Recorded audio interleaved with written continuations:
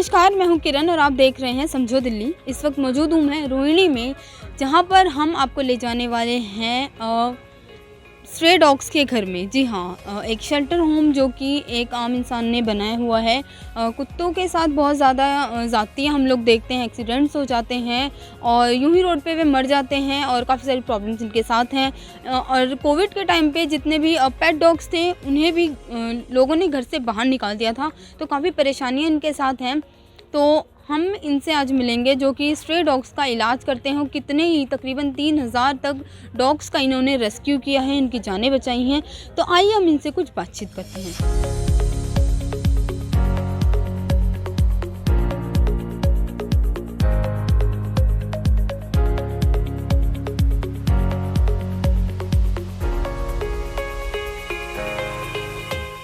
नमस्कार जी, आपका नाम मैं जानना चाहूँगी। मेरा नाम प्रभजीत सिंह है।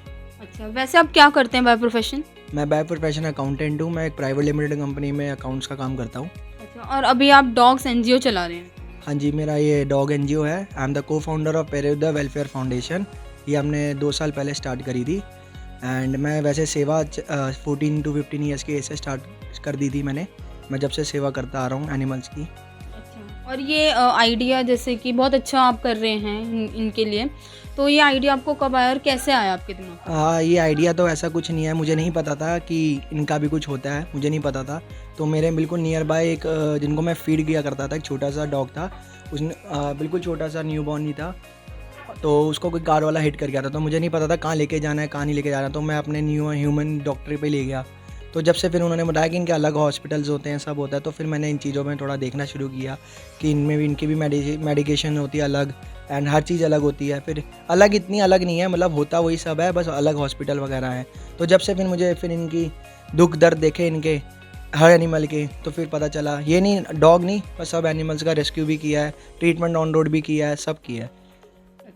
तो जैसे कि जो भी घायल होते हैं, एक्सीडेंट्स हो जाते हैं, रोड एक्सीडेंट्स, तो उनको आप लेकर आते हैं, उनको रेस्क्यू करते हैं, उनकी जान बचाते हाँ हैं। जी, मैं ये मतलब अभी कोविड में ही नियर हमने जो मैंने इवन अकेले ही, कोई नहीं होता था उस टाइम। मैं सुबह पहले निकलता था 8 बजे, पहले चारा लेने जाता था सुबह सुबह, गायों को चारा के लिए देता था। उसके बाद सीधा फिर राउंड मारते मारते कोई घायल दिख गया या कुछ हो गया ऑन रोड पे, या किसी बहुत फैमिलीज़ ने अबेंडन कर दिए थे अपने पेट्स भी कोविड के चक्कर में, क्योंकि उनको गलत फेक इन्फॉर्मेशन दी गई थी कि कोविड इन बच्चों से आ रहा है, वो इनके अंदर है, तो कोरोना इनके अंदर है। कोरोना इनके अंदर बहुत टाइम से है, बट इनका जो इम्यूनिटी पावर और हमारा इम्यूनिटी पावर है बहुत अलग डिफरेंस है। इनका इम्यूनिटी पावर बहुत स्लो होता है हमसे, इनका जो है हमारा है वो 10 गुना का फ़र्क है, 10 से 20 गुने का फ़र्क है। तो हमारे पे कोई इनकी प्रॉब्लम नहीं आती। तो बस उन लोगों को फेक इन्फॉर्मेशन मिली, सब कुछ मिला, तो उन्होंने अबेंडन करना शुरू कर दिया अपने डॉग्स को। वो भी दिखे हमें रोड पे, बहुत चीज़ें ऐसी ऐसी दिखी कि हम एक्सपेक्ट ही नहीं कर सकते थे कभी।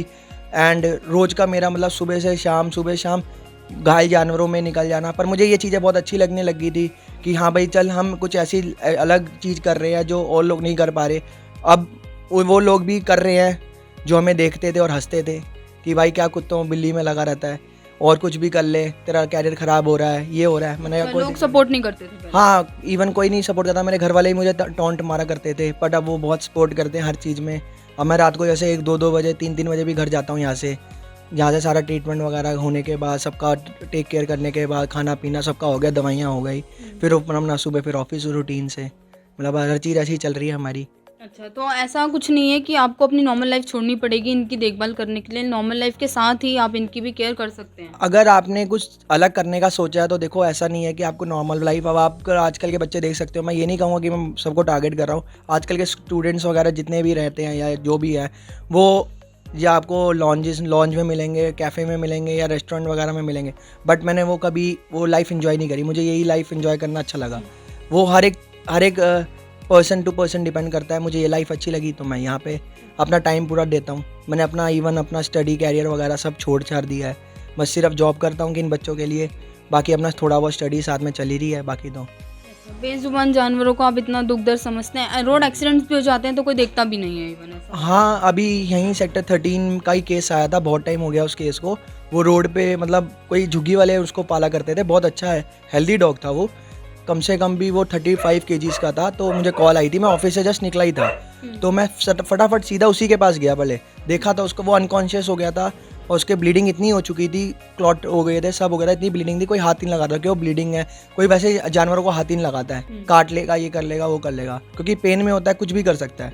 तो फिर उसको पूरा ब्लीड था, मैंने उसको जैसे मर्जी करके उठाया, किसी से हेल्प मांगी कि क्योंकि वो एक डॉग को मैं उठा के स्कूटी नहीं ड्राइव कर सकता था उस टाइम, तो मैंने किसी की हेल्प मांगी, उन्होंने ड्राइव करी, मैंने उसको जैसे मर्जी तरीके से रख के डॉक्टर तक लेके गया था।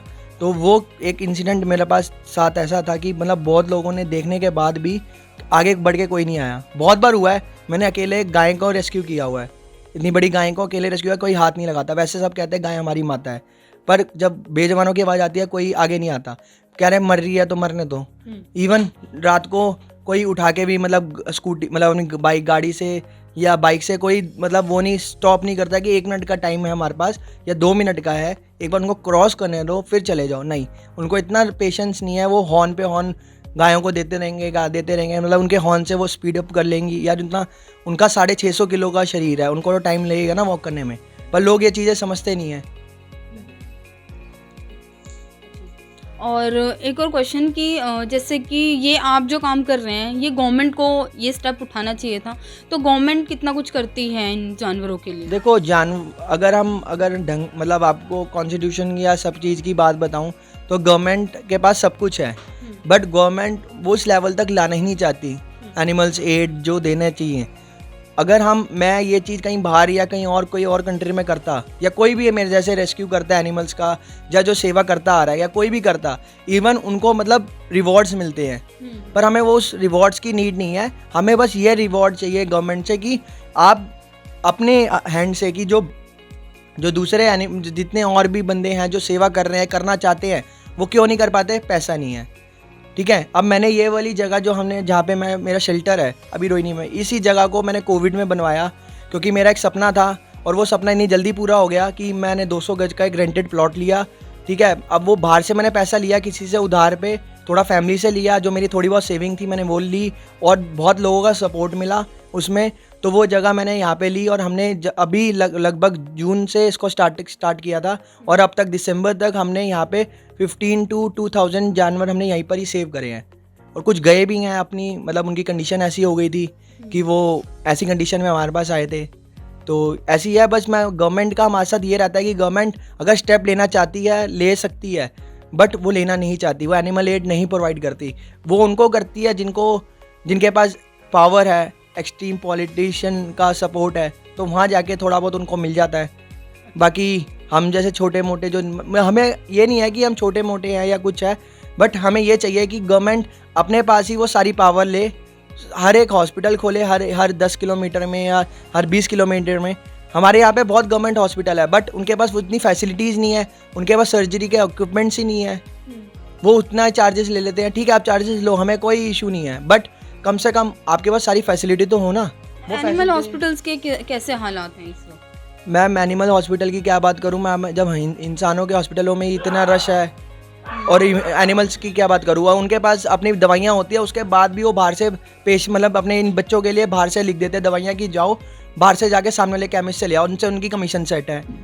अब अब आम बंदा आपको नहीं पता, पर अकॉर्डिंग टू वहाँ पे लिखा गया हुआ है कि अगर गवर्नमेंट हॉस्पिटल में, एनिमल हॉस्पिटल में अगर आपके पास वहाँ दवाई नहीं है, उनके पास एक स्टॉक लिस्ट होती है हर एक चीज़ की कि अगर मेरे पास ये स्टॉक नहीं है आप लिख के दो, मेरे पास ये स्टॉक नहीं है, तो उससे सामने हम AWBI होता है, animal welfare board of India, उसके पास ये चीज़ जाती है कि इनके पास यहाँ पे स्टॉक नहीं है, वो उसको लुक आफ्टर करता है कि यहाँ पे इतना स्टॉक गया था, कहाँ कहाँ यूज़ हुआ है, वो उनसे सारी चीज़ें मांगता है, बट कोई इसमें आगे स्टेप ही नहीं लेना चाहता। अच्छा, तो ये बहुत टाइम से इसी तरह की प्रॉब्लम्स चल रही हैं? ये तो बहुत टाइम से चलती आ रही हैं जी, ये तो कहूँगा नहीं अभी से है, और बहुत टाइम से है। जब जो ग्राउंड लेवल पे काम करता है बंदा, तो जाके जब चीज़ें पता चलती हैं, ग्राउंड लेवल पे जो बंदा काम करता है उसको पता है कि उसके साथ कौन कौन सी प्रॉब्लम हो रही है, नहीं हो रही है, जब जाके पता चलती है चीज़ें। अच्छा, जैसे आप अभी रन कर रहे हैं, फाइनेंशियल प्रॉब्लम्स भी आती हैं, और किस तरह की प्रॉब्लम्स आप फेस करते हैं usually? देखो जी, हमें तो मेन प्रॉब्लम जो आती है फंड्स की आती है,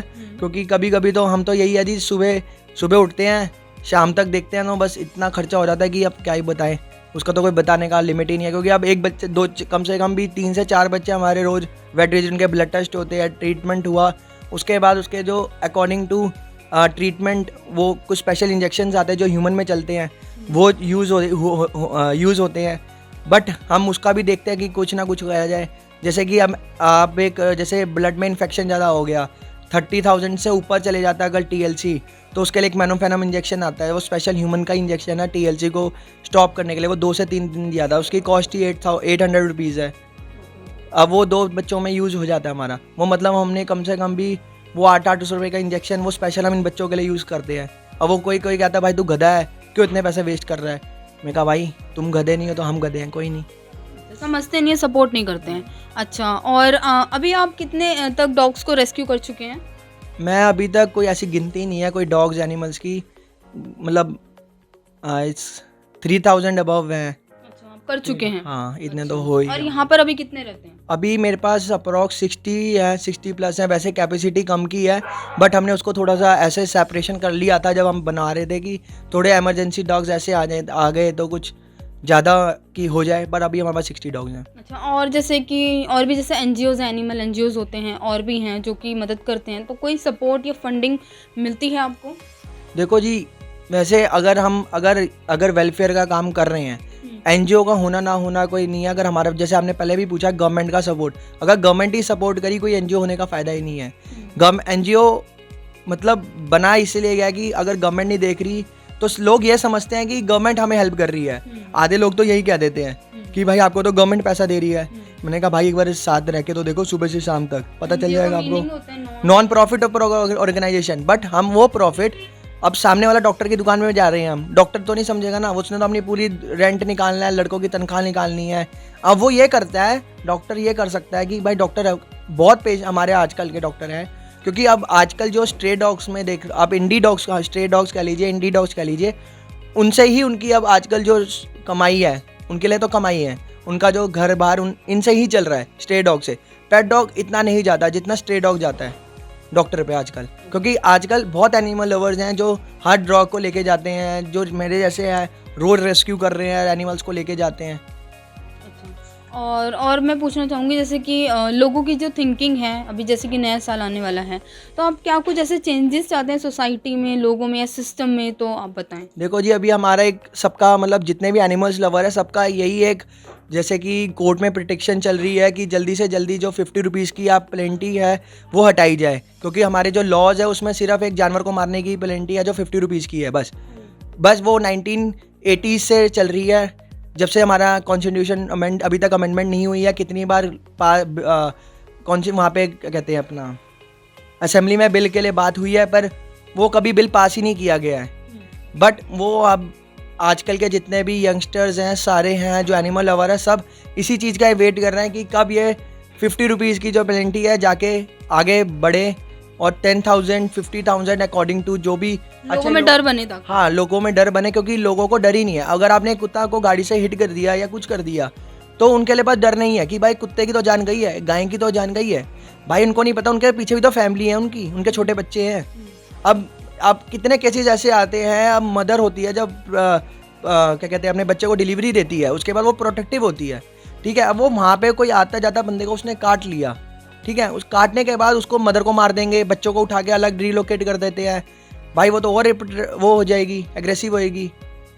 थोड़ा सा सहनशीलता दिखानी चाहिए इनके लिए। कोई नहीं दिखाता जी। देखो, मैं ये नहीं कहूँगा कि मैं इनका काम कर रहा हूँ या इनकी सेवा कर रहा हूँ तो मुझे मैं एनिमल लवर हो गया, ठीक है। हाँ ठीक है, हर 5 उंगलियाँ बराबर नहीं है, हर बंदा एनिमल लवर नहीं हो सकता या कुछ नहीं हो सकता, ठीक है।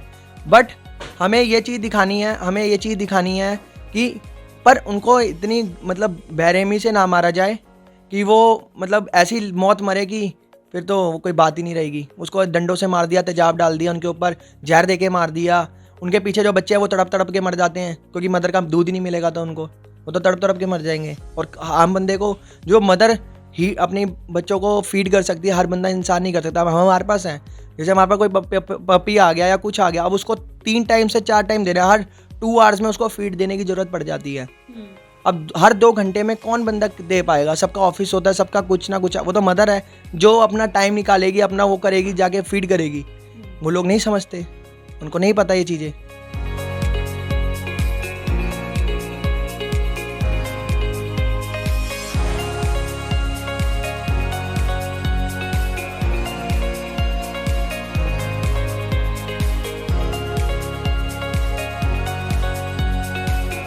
जैसे कि इन्होंने बताया था कि डॉग्स में भी जान होती है, बेज़ुबान जानवर जो होते हैं वो अपना दर्द बयान नहीं कर सकते हैं।